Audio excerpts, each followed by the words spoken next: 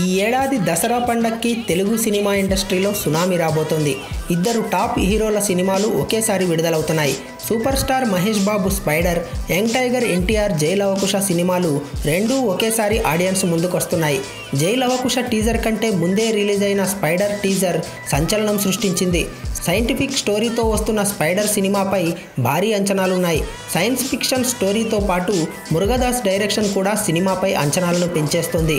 ఇక junior NTR cinema జై Lavakusa teaser తాజాగా విడుదలై సంచలనం సృష్టించింది.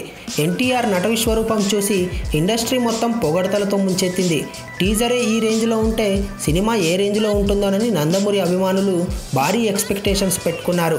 ఇంత భారీ అంచనాలున్న రెండు సినిమాలు ఒకేసారి విడుదలవుతుండడంతో బాక్సాఫీస్ వద్ద భారీ వసూళ్ల యుద్ధం జరుగుతుందని సినిమా నిపుణులు అంటున్నారు. ఇప్పటికే ఎవరి అంచనాలకు తగ్గట్టు వాళ్ళు లెక్కలేసుకోవడం మొదలుపెట్టారని సమాచారం. దసరా పండక్కి ఎవరి సినిమా హిట్ అవుతుందో, ఎవరి సినిమా ఫట్ అవుతుందో చూడాలి.